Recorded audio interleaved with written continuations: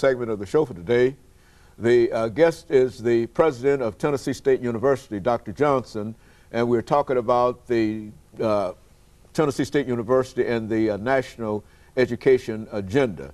And of course, Dr. Johnson, before we had our first commercial break, we promised that we'd give you an opportunity to talk about the national agenda, and this is your opportunity to do so. Well, thank you very much, Dr. Haney. One of the things that President Obama has really set aside, and that is a very aggressive and robust agenda for higher education in the United States.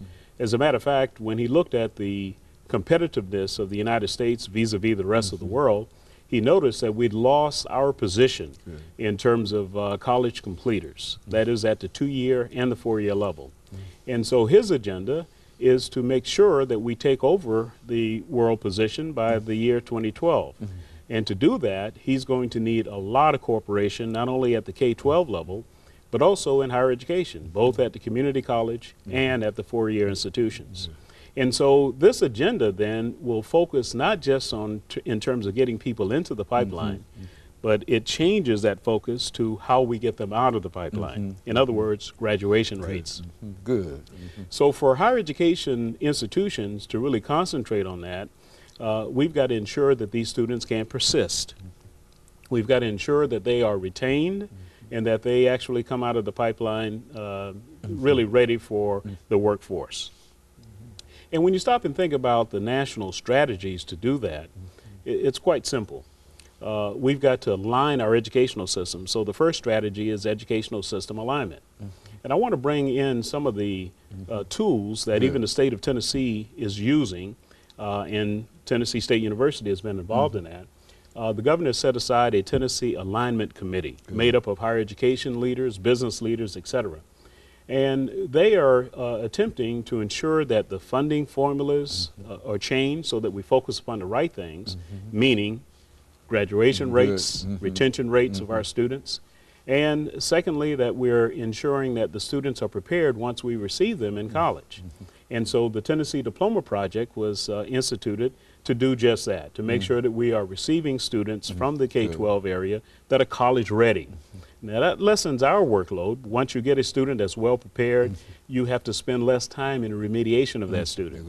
And you can spend more time in terms of advisement, not only academic but also career advising, and ensuring that that student has a smooth transition to college, but also one that's going to ensure that, that they are successful degree completers.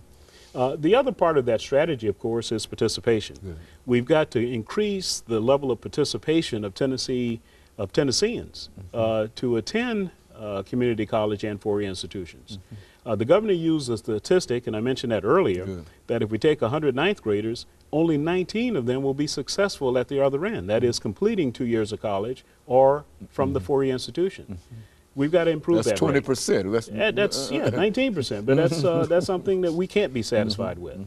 So therefore, we've got to be able to use this as a vehicle of increasing our participation rate, and that also would mean that we would become an attractive community for corporations to relocate here who's looking for an educated workforce. The other thing that we've got to make sure that we do is to ensure that the learner outcomes are achieved. So we've got to really concentrate on student learning outcomes at the university to make sure that we pay attention to how we are improving the learner outcomes, and so that means proper assessment vehicles to do that. We've also got to make sure that the students persist, so we've got to have tools and available advising strategies to ensure that they can move through the pipeline and that they complete their degree requirements. But of course, taxpayers and the public are looking for returns on their investment. We call that ROI. And so therefore, we have to make sure that we have alignment with the economic and workforce needs of our community and for the businesses that are relocating here. We think that at Tennessee State University that we're well prepared for that with the array of programs that we have in emerging technologies and emerging fields that will allow us to prepare students for that workforce and for that global workforce as well. And so this is a very, very comprehensive program. And I think you mentioned the year 2012.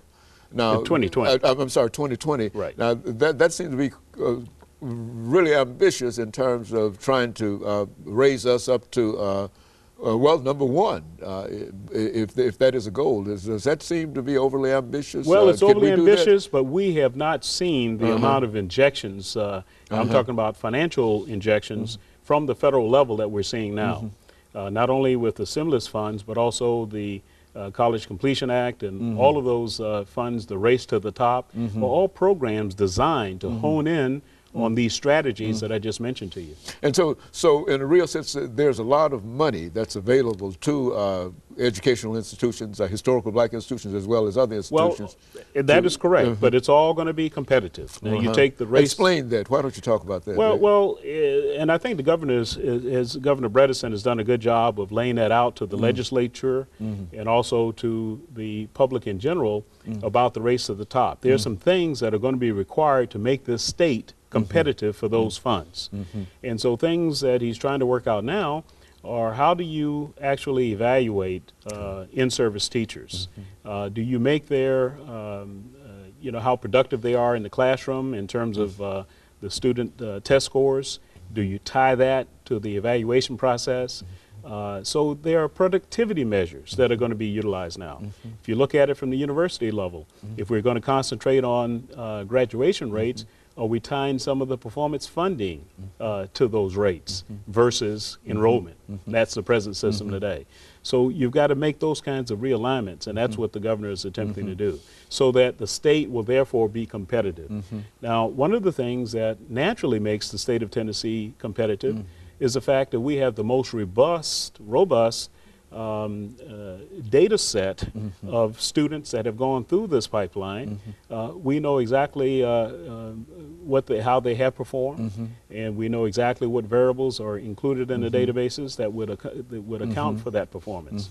And so we have some tools here that we can use to see what works and what does not work. And so, in other words, you've got a great technological situation that you can rely upon, and that you have been relying upon for the last many years in terms of already having a lot of that data available. And that's why I think that Tennessee will be extremely competitive as far as those federal funds are concerned. Very good. And of course, we're making preparations for this second commercial break, Dr. Johnson, after which we'll come back and we'll have a final segment, and that will give you an opportunity to talk about some of the other things that you wanted to talk about when you left coming here, and to make sure that you get those things in. And of course, we'll be back with our audience following this very, very short commercial break.